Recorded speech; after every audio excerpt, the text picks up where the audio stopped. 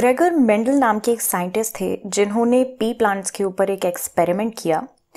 P plants यानी कि मटर के पौधे। अब देखिए, पी प्लांट्स अपनी फिजिकल कैरेक्टरिस्टिक जैसे कि हाइट के बेसिस पे दो तरह के हो सकते हैं, टॉल यानी कि लंबे और ड्वार्फ यानी कि छोटे।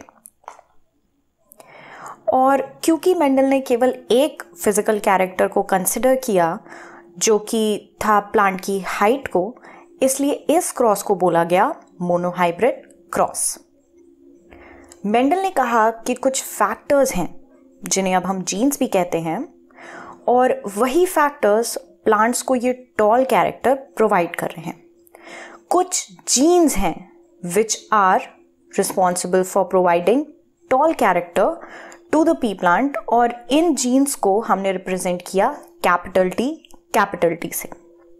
और सिमिलरली डॉर्फ कैरेक्टर को के लिए जो फैक्टर्स रिस्पॉन्सिबल थे उनको रिप्रेजेंट किया स्मॉल टी से, यानी कि डॉर्फ प्लांट का जेनेटिक कॉम्पोजिशन होगा स्मॉल टी। अब यहाँ पे ये डाउट आ सकता है कि हमने कैपिटल टी दो बार क्यों लिया, या स्मॉल टी दो बार क्यों लिखा। देखिए, हमने ऐसा इसलिए किया क्योंकि पी प्लांट जो है वो डिप्लॉयड होता है, यानी कि इसमें क्रोमोसोम्स के दो सेट्स प्रेजेंट होते हैं। और अगर आप डिप्लॉयड और हैप्लॉयड टर्म्स के बारे में एक स्पेसिफिक वीडियो चाहते हैं तो मुझे कमेंट करके ज़रूर बताएं। ओके, तो मेंडल ने लिया एक टॉल प्लांट और एक डॉर्फ प्लांट और इन दोनों को आपस में क्रॉस करा दिया, तो ये हुई हमारी पैरेंटल जनरेशन।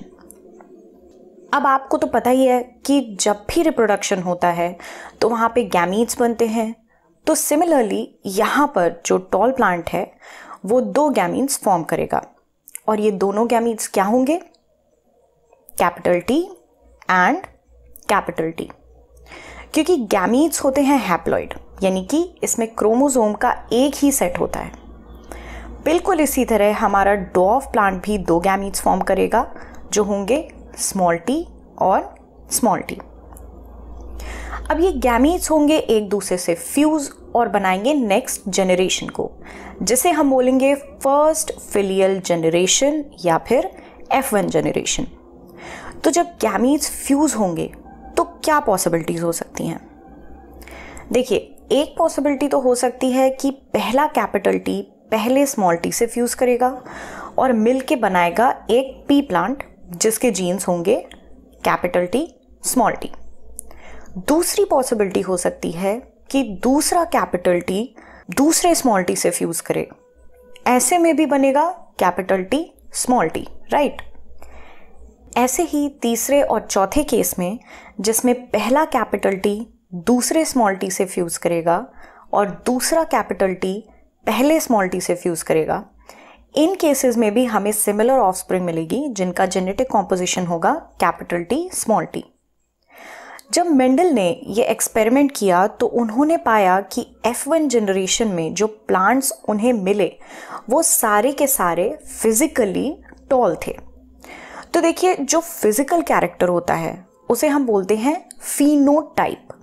पी से फिजिकल, पी से फिनोटाइप। और जो जीन्स उस फिजिकल कैरेक्टर के लिए रिस्पॉन्सिबल हैं उसे हम बोलते हैं जीनोटाइप। तो फर्स्ट फिलियल जनरेशन का फिनोटाइप मेंडल ने ऑब्जर्व किया, वो था टॉल, और इस बात से ये कंक्लूजन निकला कि जब कैपिटल टी और स्मॉल टी साथ में प्रेजेंट होते हैं तो केवल कैपिटल टी ही अपने आप को एक्सप्रेस कर पाता है, और जो स्मॉल टी है वो बेचारा दबा रह जाता है, एक्सप्रेस नहीं हो पाता है।